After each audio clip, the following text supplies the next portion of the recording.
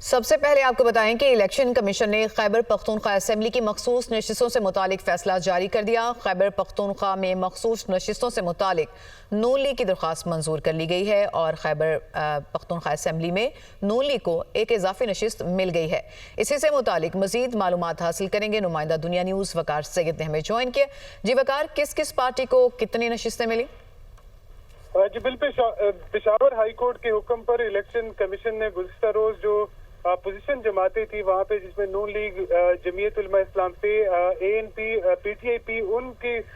जो दरख्वास्तें थी उस पर समाअत की, जिसमें जो मुस्लिम लीग नून की दरख्वास्त है वो मंजूर कर ली गई है। और इस तरह जो अक़लियती नशिस्त पर नून लीग और JUIF के दरमियान जो है वो टास्क होगा। जो तहरीरी फैसला है उसके मुताबिक खैबर पख्तूनख्वा असेंबली में जो नून लीग की नशिस्तें हैं वो 8 से बढ़कर 9 हो चुकी हैं, जबकि जो JUIF की जो नशिस्तें हैं वो भी 9 हो चुकी हैं।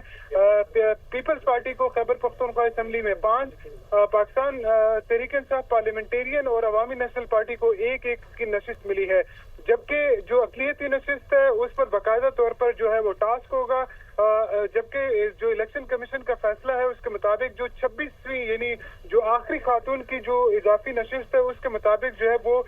दोनों के दरमियान जो है वो टास्क होगा। अवामी नेशनल पार्टी और PTIP गुज़िश्ता रोज दोनों की जानिब से मौक़िफ़ सामने रखा गया था कि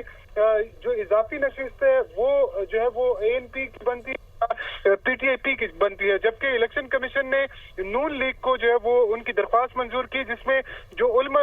जमीयत उलमा इस्लाम पे है उसकी खैबर पख्तूनख्वा में जो इजाफी नशिस्तें थी वो 10 थी, तो 10 से कम होकर 9 हो गई हैं, जबकि